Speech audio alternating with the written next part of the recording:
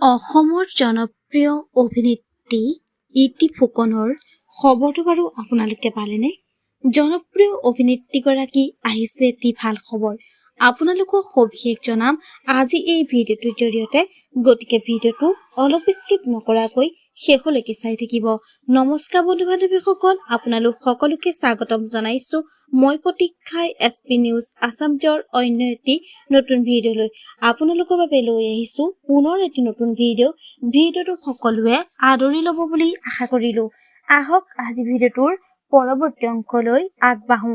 হয়, জনপ্ৰিয় অভিনেত্ৰী ইতি ফুকনৰ আছে এটি ভাল খবৰ। এই ভাল খবৰটো তেখেতে নিজেই সামাজিক মাধ্যম যোগেদি শ্বেয়াৰ কৰিছে। পোনপ্ৰথমে আমি আমাৰ চেনেলৰ তৰফৰ পৰা জনপ্ৰিয় অভিনেত্ৰী ইতি ফুকনলৈ যাচিলো বহুত শুভকামনা আৰু মৰম।